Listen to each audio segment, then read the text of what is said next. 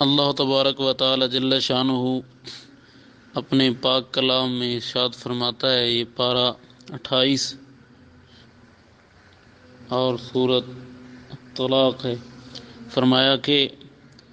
وَمَن يَتَّقِ اللَّهَ يَجْعَل لَّهُ مَخْرَجًا وَيَرْزُقْهُ مِنْ حَيْثُ لَا يَحْتَسِبُ۔ فرمایا جو اللہ تعالیٰ سے ڈرتا ہے، اللہ تبارک و تعالی جل شانہ اسے ایسی جگہ سے رزق عطا فرماتا ہے جہاں سے اس کا گمان نہیں ہو سکتا۔ ہاں، شرط یہ ہے کہ وہ بندہ اللہ تبارک و تعالی سے ڈرنے والا ہو۔ پھر آگے آیت پاک کا جو حصہ ہے نا، تو اس کو سمجھنے سے پہلے یہ سمجھیں کہ کوئی یہ کہے کہ پھر وہ کیسے آتا ہے، یعنی کہ رب تعالیٰ سے بندہ ڈرتا ہے تو رزق کہاں سے آتا ہے؟ تو اس کے متعلق فرمایا کہ وَمَن يَتَوَکَّلْ عَلَى اللَّهِ فَهُوَ حَسْبُهُ۔ فرمایا جو رب تعالیٰ جل شانہ پر بھروسہ کرتا ہے، اللہ تعالیٰ اسے کافی ہے۔ اور واقعی ہر بندہ جو ہے وہ پریشان ہے اس معاملے میں کہ رزق الا ما شاء اللہ، مگر اللہ تعالیٰ کے فضل و کرم سے جنہیں اپنے رب پر بھروسہ ہے، سبحان اللہ، ان کی تو کیا ہی بات ہے۔ لیکن ویسے تقریباً ہر آدمی یہی سوچتا ہے کہ کہاں سے رزق آئے گا، کہاں سے رزق آئے گا۔ رب تعالیٰ جل شانہ ارشاد فرماتا ہے اپنے پاک کلام میں، فرمایا کہ فَلْيَعْبُدُوا رَبَّ هَذَا الْبَيْتِ الَّذِي أَطْعَمَهُم من جوع وآمنهم من خوف۔ فرمایا کہ عبادت کرو تم اس کعبے کے رب کی، الذی اطعمہم من جوع وآمنهم من خوف۔ تو تمہاری جو ہے نا وہ دو حاجتیں وہ کریم رب پوریاں فرمائے گا۔ کون کون سی؟ فرمایا الذی اطعمہم من جوع، وہ تمہیں کھانا عطا فرمائے گا بھوک سے، وآمنہم من خوف، اور تمہیں امن عطا فرمائے گا خوف سے۔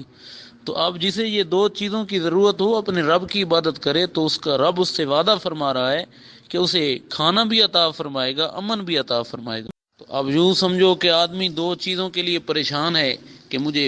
کھانا مل جائے، امن مل جائے، تو کریم رب تعالی جل شانہ ارشاد فرماتا ہے کہ دونوں چیزیں ملیں گی،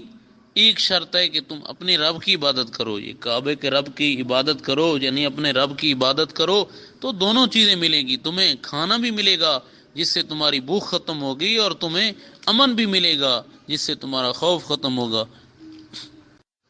اور آقا کریم صلی اللہ تعالی علیہ وسلم نے ارشاد فرمایا کہ رزق بندے کو اس طرح تلاش کر لیتا ہے جیسے موت تلاش کر لیتی ہے۔ اسی لیے امام زاہدی آپ ایک دن سوچ رہے تھے کہ رب تعالی جل شانہ رزق عطا فرماتا ہے، اور اس کا بندہ جہاں بھی ہو اسے رزق عطا فرماتا ہے۔ تو آپ نے سوچا کہ آج میں دیکھتا ہوں کہ اللہ تبارک و تعالی کس طرح رزق عطا فرماتا ہے۔ تو آپ نکلے اپنے علاقے سے جنگلات کی طرف، وہاں سے آگے بڑھے، ایک پہاڑ کی طرف پہنچ گئے، تو پہاڑ کی ایک غار میں داخل ہوئے، وہاں بیٹھ گئے۔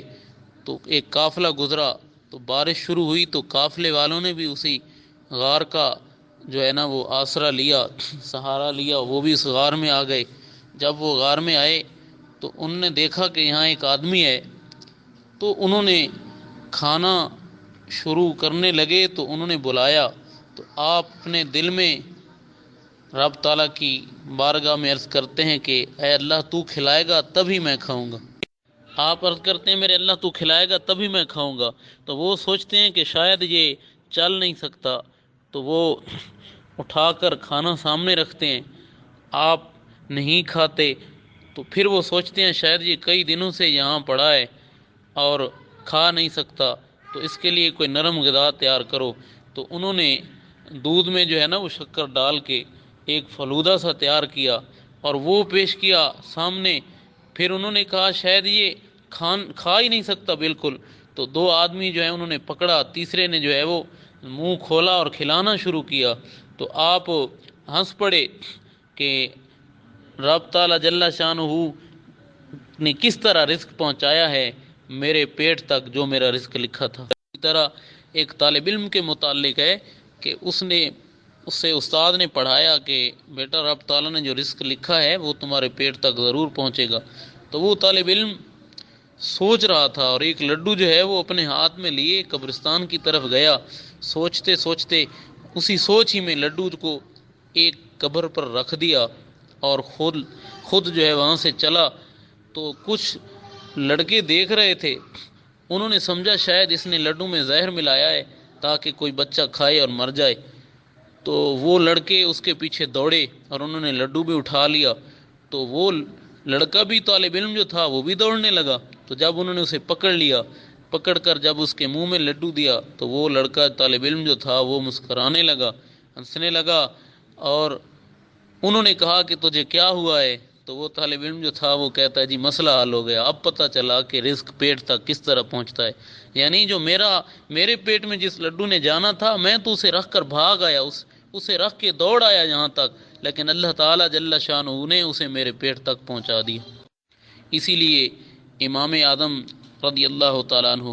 آپ سرکار نے فرمایا کہ رزق کے متعلق بندوں کی 5 قسمیں ہیں، ایک کافر، دوسرا مشرک، تیسرا منافق، چوتھا مومن فاسق، اور 5واں جو ہے وہ مومن مخلص۔ پہلا کافر یعنی جو یہ کہتا ہے کہ کمانے ہی سے رزق حاصل ہوگا، یہ کام کروں گا تو بھی رزق حاصل ہوگا، یعنی اگر یہ کام نہ کیا تو رزق نہیں ملے گا، وہ کافر ہے، چونکہ اس نے اپنے رب کو رب نہیں سمجھا، اپنے رب کے مقابلے میں ایک رب مان لیا، تو یہ بندہ کافر ہے امام اعظم کے اس قول میں، جو یہ سمجھتا ہے کہ یہ کام کرنے سے یہ کام کروں گا تو ہی رزق ملے گا، نہیں کروں گا تو رزق نہیں ملے گا، یہ بندہ امام اعظم کے قول کے مطابق آپ فرماتے ہیں رزق کے متعلق یہ کافر ہے۔ اور دوسری قسم مشرک وہ ہے جو یہ کہتا ہے کہ رزق تو رب تعالیٰ جل شانہ عطا فرماتا ہے لیکن کمانے ہی سے عطا فرماتا ہے، میں کماؤں گا تب بھی عطا فرمائے گا، تو یہ مشرک ہے، اس نے اپنے رب کو بھی رب سمجھا اور رب کے مقابلے میں رب کے برابر ایک اور رب بھی سمجھا کہ میرا اللہ بھی میرا رب ہے، اور اللہ تبارک و تعالی جیسا ایک اور رب مان لیا ہے اس کام کو۔ دوسری قسم منافق جو یہ کہتا ہے کہ رزق تو رب تعالی جل شانہ عطا فرماتا ہے لیکن پھر دل میں کبھی کہتا ہے کہ پتہ نہیں ملے گا نہیں ملے گا، ملے گا نہیں ملے گا، یہ منافق ہے۔ اور چوتھی قسم کہ بندہ یہ کہے کہ اللہ تعالیٰ رزق عطا فرماتا ہے پھر وہ رب تعالیٰ جل شانہ کا رزق کھا کر اس کی نافرمانیاں کرے تو اسے مومن فاسق کہا جاتا ہے۔ 5ویں قسم امام اعظم رضی اللہ تعالیٰ عنہ فرماتے ہیں کہ جو یہ کہے کہ میں کام کروں یا نہ کروں، مثال ہے کوئی کام کروں یا بالکل کوئی کام نہ کروں میرا رب مجھے رزق عطا فرماتا ہے، تو یہ ہے مومن خاص اللہ تبارک و تعالی جل شانہ کا بندہ۔ اللہ تبارک و تعالی ہمیں بھی اپنے خاص بندوں میں شامل فرمائے۔ اور دوسری بات کہ حدیث پاک میں رسول اللہ صلی اللہ علیہ وسلم نے ارشاد میں جس نے علم حاصل کیا اور اس سے اس کا مقصد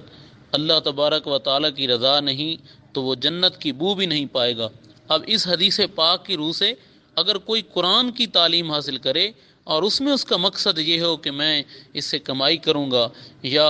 ماہ رمضان شریف میں میری آمدنی ہوگی، تو وہ بندہ بھی جنت میں داخل نہیں ہو سکتا اس حدیث پاک کی روح سے۔ تو جو قرآن پڑھ کر اس نیت سے جنت میں داخل نہیں ہو سکتا، یہی قرآن اس کو جنت میں بھیجنے کا سبب بنے گا۔ تو قرآن کے علاوہ